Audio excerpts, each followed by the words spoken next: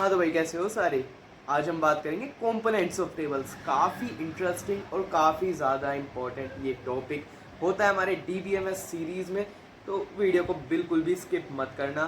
तो देखते हैं कंपोनेंट्स ऑफ टेबल्स में हम मतलब टेबल्स फॉर्मेट में आप देख सकते हो कि हमने DBMS के टाइप्स पढ़े थे कि हम डेटा किस किस फॉर्म में स्टोर करवा सकते हैं। उसमें से एक टाइप था हम टेबल फॉर्मेट में उसे स्टोर करवा सकते थे। ऑब्जेक्ट फॉर्मेट भी था, की वैल्यू पेयर्स भी थे और भी काफ़ी ज़्यादा थे। लेकिन आज हम बात करेंगे टेबल्स में, और स्पेशली टेबल्स में भी उनके जो टेबल्स के अंदर कंपोनेंट्स हैं हम वे उनकी बात करेंगे आज। तो आप बेसिकली यहाँ पे देख सकते हो, मैंने ये वेबसाइट खोली हुई है यहाँ पे गीक्स और गीक्स की। इसमें बिल्कुल सिंपल एक्सप्लेनेशन इसकी दी हुई है।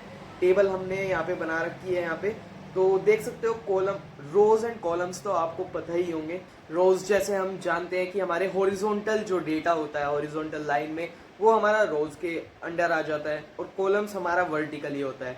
तो ऐसे कुछ ये बेसिकली यहाँ पे वर्क करते हैं, और इनके टर्मिनोलॉजी यूज़ करने के लिए आपको इनके तीनों नाम याद करने पड़ेंगे।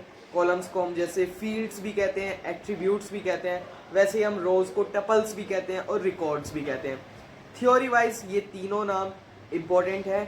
बेसिकली कॉलम्स के लिए एट्रीब्यूट सबसे ज़्यादा इंपॉर्टेंट है और रोज के लिए टपल्स सबसे ज़्यादा इंपॉर्टेंट है यहाँ पे, तो इन्हें तो याद ज़रूर कर ही लेना आप। दूसरी चीज़ फिर यहाँ पे इनके अंदर जो डेटा होता है वो सारा हमारा कॉलम वैल्यूज़ या डेटा आइटम्स उन्हें हम कह देते हैं।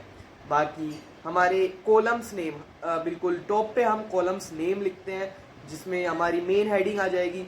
लाइक आईडीज़ हमें अगर लिखनी हो तो सबसे ऊपर हम आईडी लिखेंगे, जिससे हमें पता चलेगा कि ये कॉलम आईडीज़ का है। फिर रोज में एक स्पेसिफिकली हर एक रो में एक एक अलग अलग बंदे का या अलग अलग आइटम्स का वहाँ पे पूरा एक ही डेटा होगा।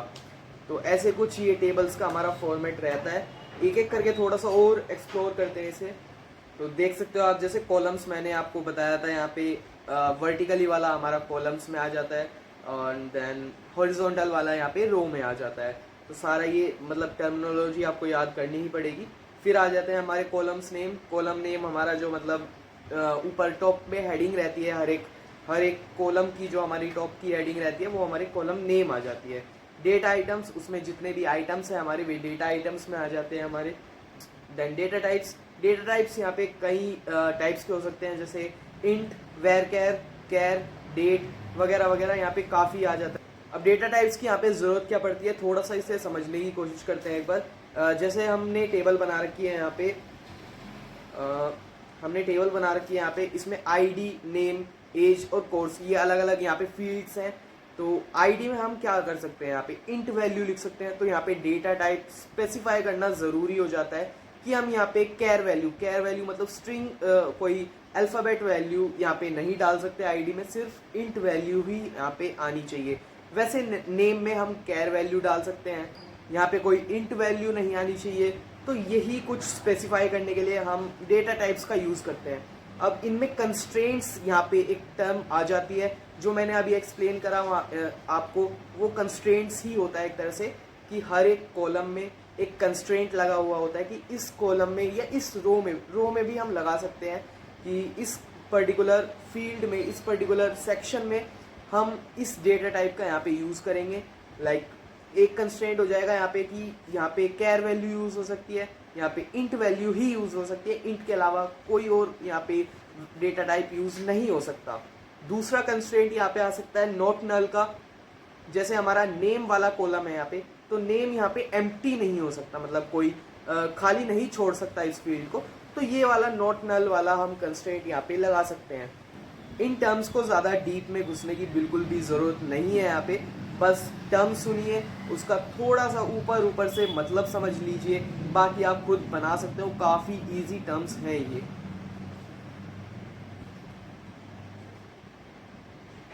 देन आ जाती है हमारी कीज़, जिसमें दो टाइप्स की हमारी मेन कीज़ होती हैं, काफ़ी और भी होती हैं लेकिन अभी हम दो यहाँ पे पढ़ेंगे, प्राइमरी की और फॉरेन की। प्राइमरी की में हमारी मेनली हम आईडी को लेते हैं सिर्फ, क्योंकि प्राइमरी की हमारी स्पेसिफाई करती है यहाँ पे टेबल की यूनिकनेस। अगर हमें किसी रो को यहाँ पे रो का डेटा निकालना हुआ तो हम प्राइमरी की मदद से यहाँ पे निकाल सकते हैं। लाइक हम आईडी सेलेक्ट करेंगे, कोई सी भी सिलेक्ट, हमें ID का यहाँ पे थर्ड ID का डेटा निकालना है तो हम थर्ड ID यहाँ पे टाइप कर देंगे। हम प्राइमरी की नेम को भी बना सकते हैं, लेकिन हम बनाते नहीं हैं क्योंकि नेम रिपीट हो सकते हैं। लाइक दो इंसान के नाम सेम हो सकते हैं, लाइक मेरा नाम ध्रुव है तो किसी और का नाम भी ध्रुव हो सकता है, लेकिन ID बिल्कुल यूनिक मिलेगी इन दोनों इंसान। तो हम प्रिफर करते हैं कि ID को या यूज़र ID वाले कॉलम को यहाँ पे प्राइमरी की अपनी बनाए, जिससे हमारा data retrieval, updation and deletion ये प्रोसेस काफ़ी इजी हो जाते हैं। दूसरा आ जाता है हमारा फिर फॉरेन की। जैसे हम देख सकते हैं यहाँ पे फॉरेन की को समझने के लिए आप ये समझिए पहले कि हमारे पास अगर दो डिपार्टमेंट है, लाइक एक कंपनी में दो डिपार्टमेंट है अलग अलग, और उस दोनों डिपार्टमेंट में अपना अपना डेटा है, लेकिन कस्टमर तो एक ही होंगे ना। लाइक हमारे पास एक एक्स कस्टमर है और उसका कोई डेटा है, तो वो स्प्लिटेड है दो टीम्स में। हमारा लाइक मार्केटिंग टीम के पास कुछ अपना डेटा है उस कस्टमर से रिलेटेड, और एक साइबर सिक्योरिटी टीम है जिसके पास कुछ अपना डेटा है जो जिसमें पर्सनल इंफॉर्मेशन है उस पर्टिकुलर कस्टमर की। तो ये दो टेबल्स हैं हमारे पास, दो डेटाज हैं बेसिकली हमारे सेम कस्टमर का। लेकिन अब प्रॉब्लम ये आती है, ये टेबल्स तो दोनों अलग अलग हैं, इनमें लिंक कैसे बनाया जाए, वो मदद करता है हमारा फॉरेन की। हम क्या करेंगे, मोस्टली क्या होता है वो बता देता हूँ मैं आपको। इन आईडीज को और सीरियल नंबर वाले कॉलम्स को हम फॉरेन की क्यों नहीं बना सकते। सिंपली ये समझिए कि यार अगर ये दोनों टेबल अलग अलग हैं तो इनमें डेटा ऊपर नीचे हो सकता है, और अगर ऊपर नीचे हो गया तो ये आईडी और सीरियल नंबर वाला काम बिल्कुल गलत हो जाएगा। तो हम फॉरेन की ऐसी चीज़ बनाते हैं जो कि उस कस्टमर की, उस एक्स कस्टमर की बिल्कुल एक पर्सनल डिटेल हो, तो वो हम बना देते हैं। अब लाइक ईमेल को बना सकते हैं, कोई ईमेल वाला कॉलम है या फ़ोन नंबर वाला कॉलम है तो हम उसे बना सकते हैं। फ़ोन नंबर वाला कॉलम या ईमेल वाला कॉलम लाइक हमारे दोनों टेबल्स में एग्जिस्ट करता है, तो हम फॉरेन की से बना देंगे, फॉरेन की से भी बना देंगे दोनों कॉलम्स को, और उससे हमारा क्या होगा, ये इस कॉलम से हमारा ये दोनों टेबल कनेक्ट हो जाएगी और हम पता लगा सकते हैं। लाइक हमारे पास साइबर सिक्योरिटी वाली कोई टीम है तो वो इस कॉलम की मदद से मार्केटिंग वाला जितना भी डेटा हमारा पड़ा है उस कस्टमर का वो निकाल सकता है। तो ऐसे कुछ वर्क करती है हमारे फॉरेन की, जो लिंक करवाती है हमारी दोनों टेबल्स को, दोनों डेटाज को। बाकी इतना ही है कंक्लूजन में कि ये जितने भी कंपोनेंट्स हमारे टेबल्स के, ये प्रॉपर एक स्ट्रक्चर बनाते हैं हमारे टेबल का, जो कि काफ़ी हेल्पफुल होता है हमारे वर्किंग में। तो इतना ही है बस इस लेक्चर में, बाकी कभी और मिलते हैं। किस्मत में थी या किस्मत से मेरी क्या पता।